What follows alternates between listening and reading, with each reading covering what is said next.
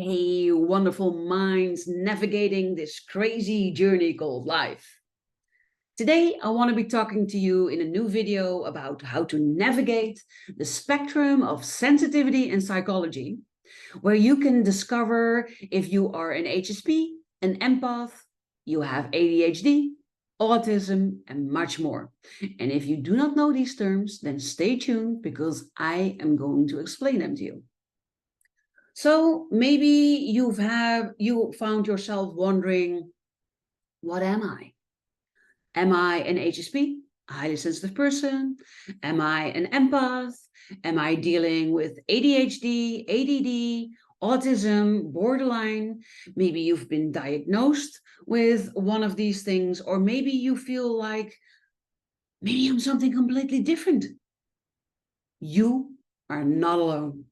And that is why today on High Demand, I want to dive deep into these labels. I want to explore their nuances, and I want to help you figure out if they're just psychological quirks or if they are in fact your superpowers. So let's kick off this exploration by briefly breaking down each term and what they mean. We're going to start with HSP, highly sensitive person or highly sensitive people. And high sensitivity, it's not a disorder, it's not a disease, nothing is wrong with you. It's something you inherit from your father, your mother. It's something that is who you are in your core. And it's best to think of yourself as a finely tuned emotional radar system because you pick up on subtleties that others often miss. And this sensitivity, it's not a flaw, it's just a unique feature of your personality. Next is empath. When you are an empath, you not only sense emotions deeply, but you also feel them as if they are your own. And this is a remarkable gift because it allows you to connect with others on a profound level. ADHD and ADD. And they stand for attention deficit hyperactivity disorder or attention deficit disorder. And this just means that your mind is in a constant whirlwind of thoughts and ideas and energy. And these are neurodevelopmental disorders affecting focus and impulse control. Autism. Autism just means that you perceive the world differently, often with heightened sensitivity to sensory stimuli. Autism is a neurological condition with a wide spectrum of characteristics. And lastly, borderline personality disorder. This just means that your emotions can be intense and unpredictable, and they will affect your relationships. BPD is a complex mental health disorder requiring professional guidance. And what you will notice, what you will see is that psychologists and doctors often confuse these, and that as a highly sensitive person, you can often be misdiagnosed as being an autist or having ADHD or ADD or having the borderline personality disorder. So you might be wondering, if people get misdiagnosed so often, are they then all the same? And the answer is no. These terms aren't cut from the same cloth. They represent different facets of personality and neurology or mental health. HSPs and empaths share a heightened sensitivity, while ADHD, ADD, and autism are neurodevelopmental conditions. And borderline personality disorder is a specific type of mental health diagnosis. So let's look at psychological disorders versus natural born gifts, because that is in essence the age-old questions. Are these traits, disorders, or gifts? So here's a quick test. If they significantly mess with your daily groove or your well-being, they might lean towards disorders. But these traits like HSP or empath can also be powerful gifts and can be channeled positively and do not fall under disorders. When you haven't mastered your high sensitivity, when you haven't mastered being an empath yet, then they can also mess with your daily groove and your well-being and be seen as a disorder, especially when you go to a psychologist that works with the book, the DSM, where all these disorders are in, and they categorize you based on the disorder that they think you have. So I understand the confusion. So what do these mean for me personally? Or what do they mean for you personally? And because your unique blend of traits can really rock your world. So you need to embrace them as a part of your identity and seek help wherever needed and learn to ride their positive waves. So if you go to a psychologist and they diagnose you with something like autism or ADHD or borderline, and they did it to me. They thought I had borderline personality disorder because I could go from being happy and vibrant to being inconsolably sad in the blink of an eye. And they see that as one of the characteristics. But I had to go to a psychiatrist to get medicine, and he wanted to have a talk with me first. He didn't want to subscribe me something without talking to me first. And he told me, when I open the big book of psychological disorders, I have symptoms of almost every single one of them, but that doesn't mean that I actually have it. So trust your gut, trust your instinct. And if you feel like, oh, this is not how I feel it, and I cannot find myself in this disorder, I cannot find myself in what you're saying, then look further, do some research. I offer a free virtual coffee chat, for instance, and come and talk with me and find out if you might be a highly sensitive person or an empath or something else altogether.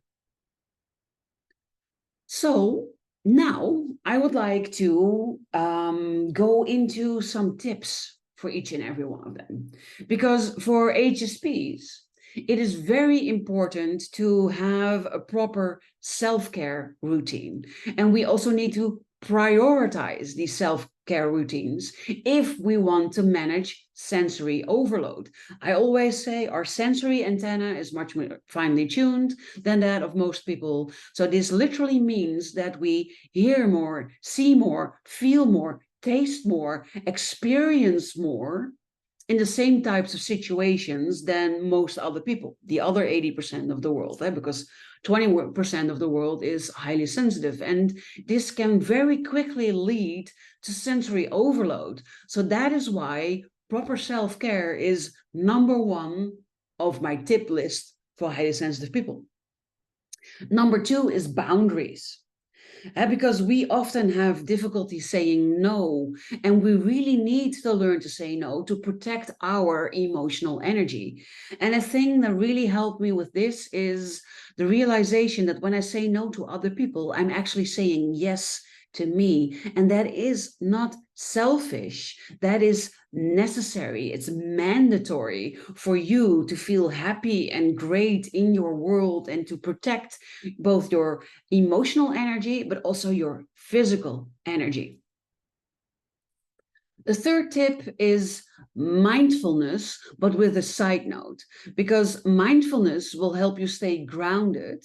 But sometimes when the thing in the now is the thing that's shitty, then mindfulness doesn't work for highly sensitive people. Because if you need to focus on the now, because they say the now you can control, but the now is extremely shitty, then you do not want to stay focused in the now when the now is extremely shitty. Then you need a different type of tactic. So if you're in a situation like that, reach out to me, send me a message, and let's talk about what else you can do when the now is shitty. Number four is to embrace your creativity. Hey, you need to leverage your sensitivity because we have this huge capacity for artistic expression. If I look at myself, I like to paint, I like photography, I create these beautiful pendants, these organite pendants that help heal and protect and balance you. But I also like crocheting and knitting, and I do kindness rocks and all kinds of other creative things. And it's not just in artistic expression. I also notice it when I come up with creative solutions to a problem. So highly sensitive people, embrace your creativity. And lastly, community. And it's so extremely important for highly sensitive people to connect with fellow HSPs for support. And that is exactly why I created my community, Solutions, Solutions for the Soul, on Patreon. So you can find it on patreon.com/solutions. And this is a community where you can learn and grow with fellow like-minded people, where only half a word is necessary to understand each other, and where there is this safe space for you to share your story and offer support to others as well, while getting to know yourself on a very deep level. It's beautiful. So if you feel called, check it out, or otherwise reach out to me and let's talk about it. Now my tips for empaths. On number one, it's shielding. And you need to learn to develop techniques to shield yourself from absorbing negative vibes. And in a sense, all these empath tips are also for highly sensitive people, because all highly sensitive people are also empaths, but not the other way around. Not all empaths are also highly sensitive people. But shielding is very, very important for both an HSP as well as an empath, because it helps shield you from absorbing all these negative energies, these negative vibes from people and situations that you might find yourself around. My second tip is balance. And you need to find a sweet spot between empathy and self-preservation, in between being there for other people, but also being there for yourself, listening to other people, putting yourself in their shoes, but not forgetting yourself and your health in the process. Number three is empathic listening. Be an exceptional listener for the ones that you love, but be careful with whom you love. I used to call everybody that was nice to me or kind to me my friend very quickly. And I had to learn the hard way that friendship is something that needs to be earned, not with words, but with actions. But once I love someone, I am an exceptional listener to them.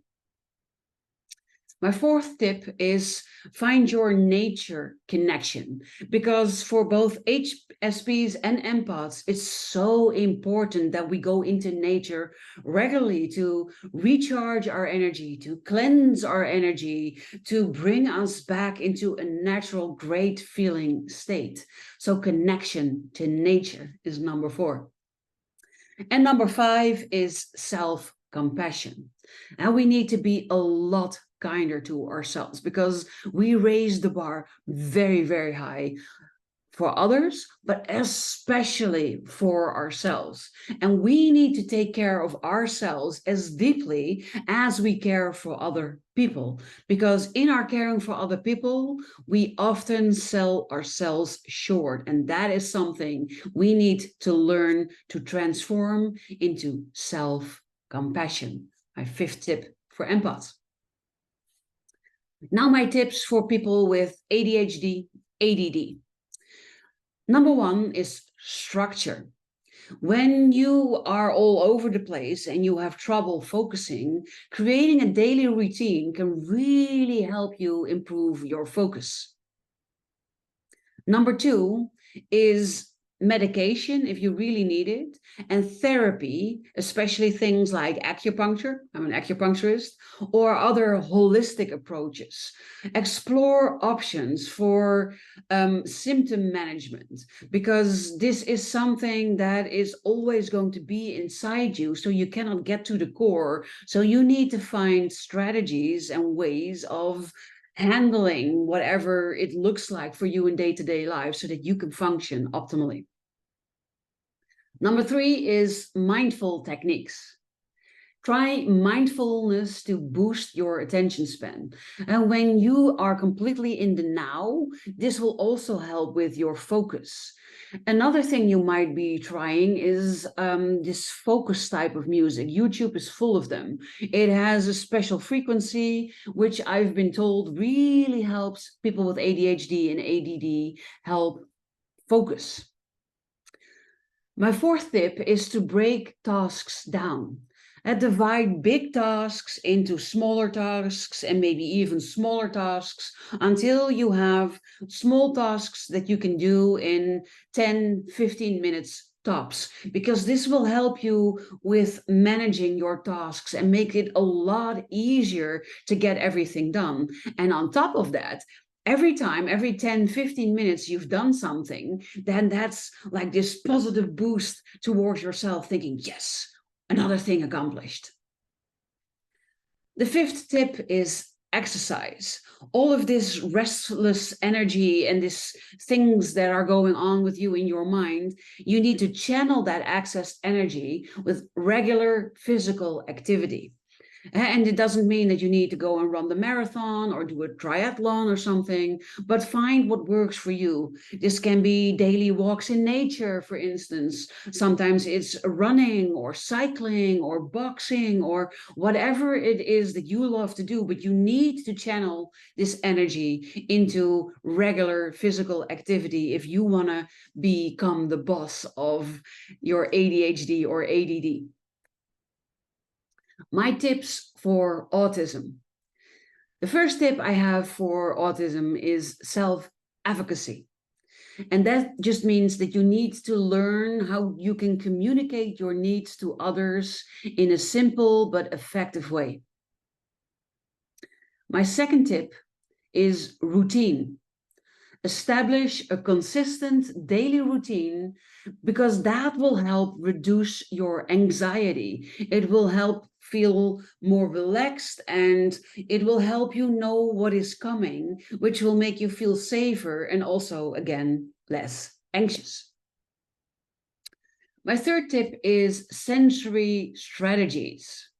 And this just means that you need to manage your sensitivities with personalized strategies. And so, for instance, if you have trouble remembering what you need to do in the morning, then you might want to already have a list that you can check off, or you want to avoid having to decide what clothes you're going to wear by already laying them out the night before, things like this. My 4th tip is social skills. And this just means that you need to work on building meaningful relationships, because for most autism people or autists, you have trouble with the empathy side of things. And that means that you have difficulty understanding if someone is kidding, yes or no, or you have trouble putting yourself in their shoes or recognizing where they're coming from or how they mean something that they're saying. So you need to work on at least expressing, I'm not understanding what you're meaning, or this is a hard thing for me. And I know this is a very difficult thing for most autists, but that's why you need to work on these social skills, because if you are better able to express what's going on for you, or that you're not computing something, then it will help with building these meaningful relationships. And my 5th tip is special interests. And that means that you need to embrace and channel intense interests. I know you have this huge capacity for single-handed focus. And we had this guy at my work who was a high-functioning autist. He could get himself to work by himself, and his job in my company was one that most other people didn't want to do, and he loved doing it because it gave him satisfaction, it gave him purpose, and he knew he rocked the shit out of it. He was really, really good at it. And his job in my company was to clean the plastic crates that the books were shipped in. And you can imagine that this might be a job that a lot of people don't want to do, but for him, it meant participating in society, being independent, making a valuable contribution, not having to ask for advice, being able to do this by himself. And he loved his job, and you could tell. Lastly, tips for borderline personality disorder. My first tip is therapy. You need to seek dialectical behavior therapy, DBT, or other evidence-based treatments, because they have proved to work best with borderline personality disorder. My second tip is emotional regulation. Manage intense emotions through DBT techniques. My third tip is healthy relationships. A focus on building and maintaining healthy connections. Because your emotions can be all over the place, it can be really difficult to form and especially maintain healthy connections. And you need to focus on this in combination with your therapy. This will greatly benefit the support system that you're going to have when you're going through your therapy. My fourth tip is self-compassion. Practice self-compassion and acceptance. Be kind to yourself. Accept that this is something that you're going through. Accept that it might be really shitty at the moment, but also accept that it's going to be better. Be kind to yourself. Praise yourself for the things that you're doing right, and don't berate yourself when it goes off the rails or when it doesn't go according to your plans. And finally, my fifth tip, safety planning. And that means that you need to develop plans for moments of crisis, because when you are in a crisis, you cannot think about a plan to get yourself out of it anymore. And what I see with people with borderline personality disorder is that they often have recurring crises. So in a moment of clarity, look at these crises and plan for them, so that when you are in it, you can just take your plan and then read what steps to take. Maybe call someone, call your therapist, call a confidant, or whatever it is that in your plan, and then follow it instead of having to come up with the thing when you're not doing really great. So in conclusion, in this grand tapestry of human diversity, you are a unique thread. And labels like HSP or Empath, ADHD, ADD, Autism, borderline, they offer insights, but they never define you entirely. I don't like labels. I don't like boxes, and I don't see myself as being labeled when I call myself an HSP or an empath. I also don't see myself fitting in these boxes. For me, they are puzzle pieces that make of me. They're jumping off places to get to know myself better, to dive into it, because I have discovered that the more I get to know myself and the better I get to know myself, the easier and more joyful my life becomes. So embrace your strengths, seek support wherever you need it, and continue this journey with a dose of humor, a sprinkle of empathy, and a whole lot of self-discovery. You are a masterpiece in progress. And as always, if you could use a listening ear, or if you need help, or if you want to explore something, book a free virtual coffee with me and let's have this chat. For today, I wish you an amazing rest of your day, and I'll talk to you again soon in the next video.